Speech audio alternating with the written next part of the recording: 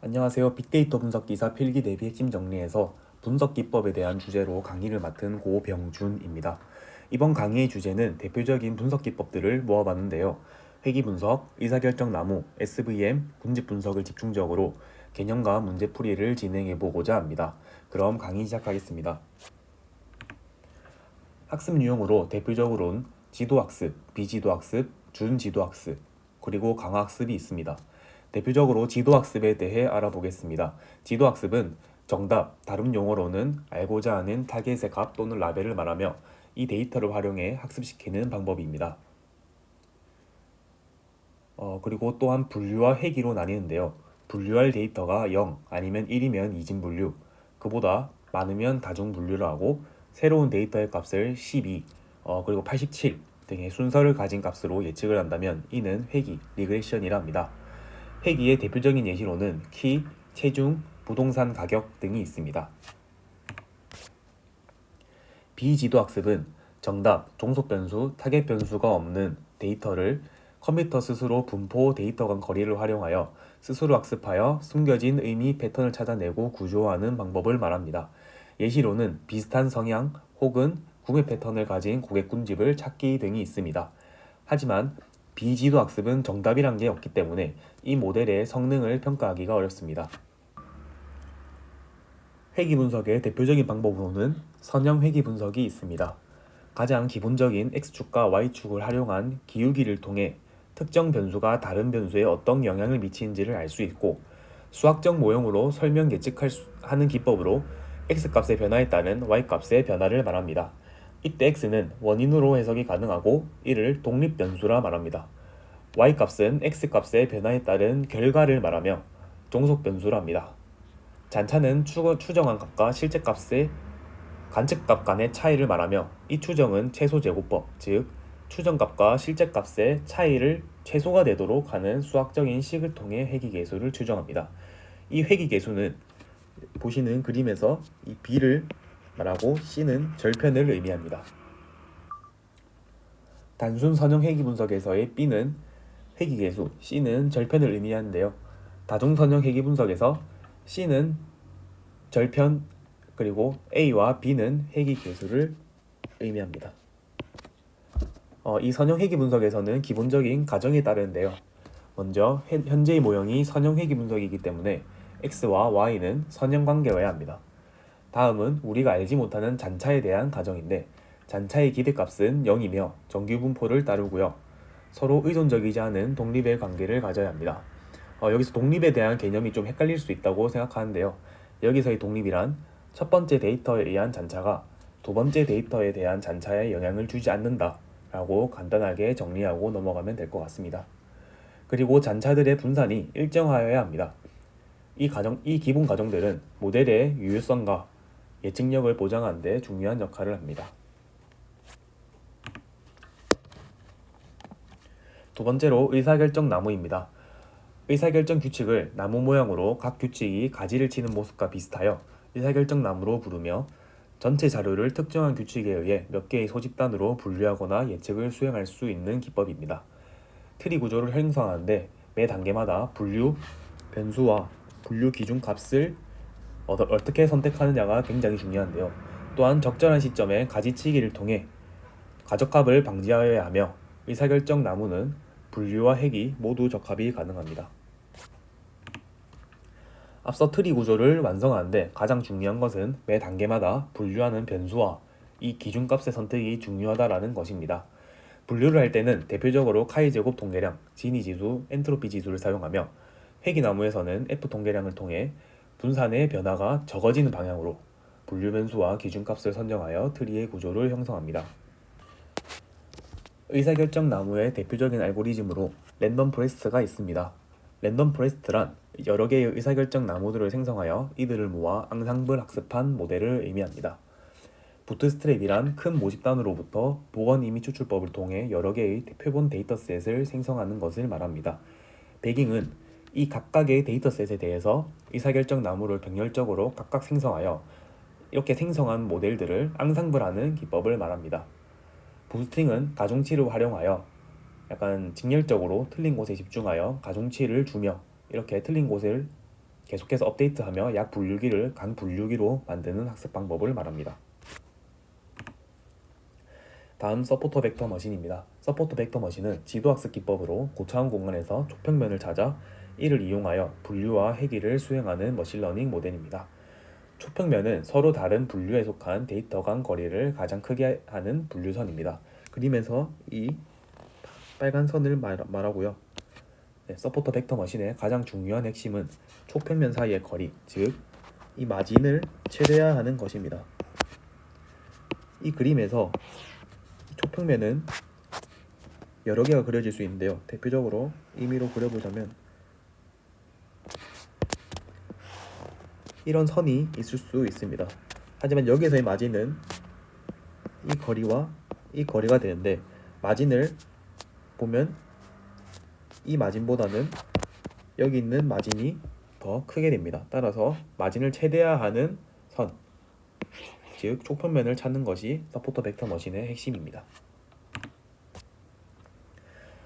이 서포터 벡터 머신의 장점으로는 분류, 회귀, 예측 문제에 둘 다 사용이 가능하고요. 신경망 기법에 비해 적은 데이터로 학습이 가능하며 과대적합, 과소적합 정도가 덜하며 성능도 꽤 좋게 발휘합니다. 단점으로는 이진 분류만 가능하며 데이터가 많을 시에 학습 시간이 오래 걸립니다. 왜냐하면 최적의 초평면을 찾을 때 굉장히 많은 경우에 대한 초평면을 그리고 그 중에서 최대화하는 마진을 찾아야 하기 때문에 시간이 꽤 오래 걸릴 수 있습니다. 네 번째로는 군집 분석입니다. 클러스터링이라고도 하는데요. 비지도 학습의 가장 대표적인 모형입니다. 군집 분석은 각 개체들의 유사성을 분석해서 높은 대상끼리 일반화된 그룹으로 분류하는 기법입니다.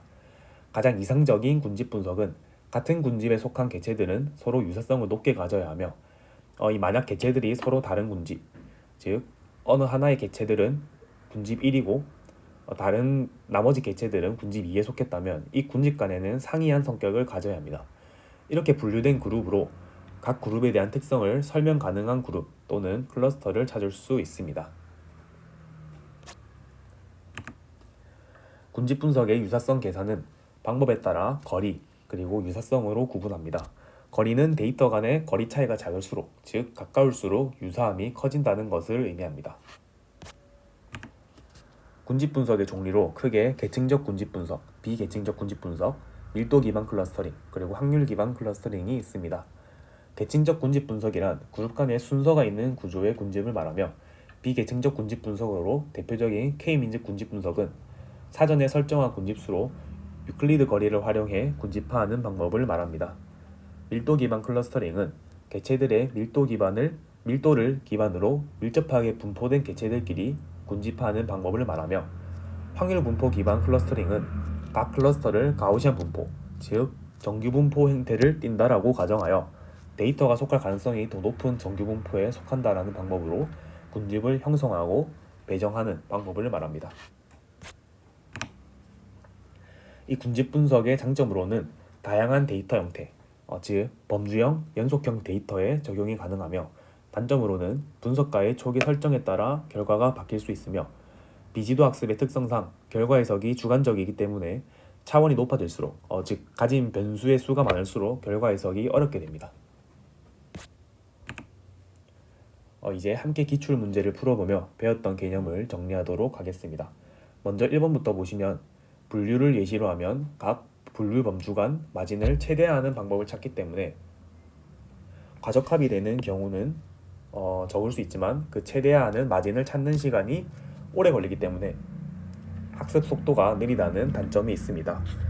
옳지 않은 것은 3번인데요.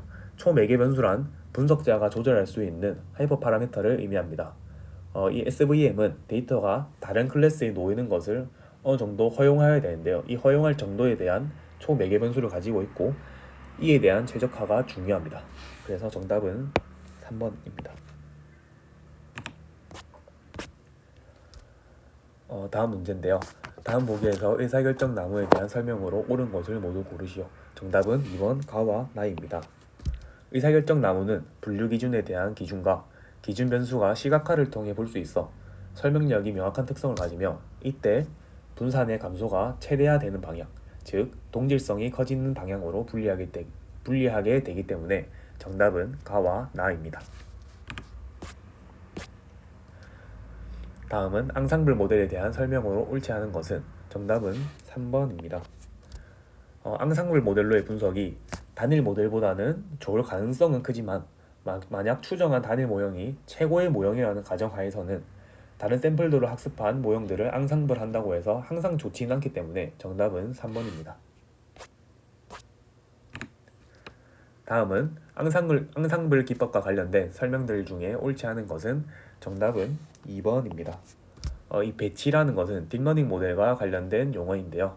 여기서 코팅은 베깅에서 사용하는 방법으로 간단한 예시로 베깅은 각 샘플 조합에 따라 모델이 각각 나오는데 3개의 모델에서 예측값이 0이 나오고 만약 2개의 모델에서는 1이 나온다면 앙상블한 베깅 모델의 결과는 0으로 출력하는 즉 투표수가 많은 값을 출력하는 기법입니다.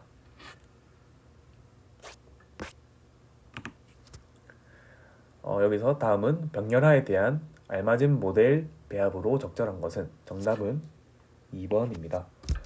병렬화란 여러 트리를 각각 한 번에 만드는 방법을 얘기하는데요. 하지만 부스팅은 약한 학습기의 오차에 집중하여 가중치를 취해 점점 강한 학습기로 만드는 방법이므로 순차적으로 직렬적인 특성을 가집니다. 하지만 베깅은 각 샘플별로 적합된 모델을 병렬적으로 각각 생성할 수 있는데요. 또한 베깅과 관련된 모델은 랜덤 포레스트이기 때문에 정답은 2번입니다. 다음 중 사전에 군집 개수를 설정하지 않아도 되는 것은 정답은 3번 계층적 군집 분석인데요. 계층적 군집 분석은 데이터를 트리 구조, 즉 덴드로그램으로 표현하여 데이터 간의 병합 또는 분할 과정을 시각적으로 확인할 수 있는 방법이기 때문에 사전에 군집수를 설정할 필요가 없습니다. 다음 중 잘못 분류된 데이터에 가중치를 부여해야 하는 앙상블 기법은 방금 말씀드렸다시피 오차에 집중하여 잘못 분류된 데이터의 가중치, 즉 페널티를 주어 이를 보정하는 식으로 강한 학습기를 만드는 앙상블 기법은 부스팅에 대한 설명입니다. 그래서 정답은 2번입니다. 다음은 종속 변수가 없을 때 사용하는 모델 유형으로 적절한 것은 종속 변수가 없을 때 사용하는 비지도 기법으로 대표적인 것은 클러스터링입니다. 따라서 해당하는 정답은 1번 K-민즈 클러스터링, 즉 K-평균 군집입니다. 다음은 다중선형 회귀 모델에서 가정되는 내용이 아닌 것은 회귀 분석의 기본 과정은 선형성, 독립성, 등분산성, 정규성이 있는데 이때의 선형성은 독립변수와 종속변수 간의 관계를 의미합니다. 오차항은 독립변수와 독립적이어야 하며 평균이 0으로 그리고 분산이 일정한 등분산성인 정규분포를 갖습니다. 따라서 정답은 1번 오차항이 종속변수와 선형관계가 아닌 독립변수와 종속변수가 선형관계가 있어야 됩니다. 회귀 분석의 모형의 구축 절차를 순서대로 맞게 나열한 것은 정답은 1번입니다. 먼저 알고자 하는 종속변수와 활용할 독립변수를 설정한 후 최소 제곱법을 활용하여 회귀 계수를 추정합니다. 다음 p-밸류를 활용하여 독립변수별로 회귀 계수의 통계적 유의성을 검증한 후 최종적으로 f 통계량 등에 기반하여 전체 모형의 유의성을 검증합니다. 다음 중 회귀 모형에 대한 설명으로 옳은 것은 정답은 2번입니다. 단순 회귀의 식은 y는 ax 플러스 b이므로 한 개의 독립변수와 한 개의 종속변수로 이루어져 있습니다. 4번은 범주형 종속변수에 미치는 영향이 아닌 연속형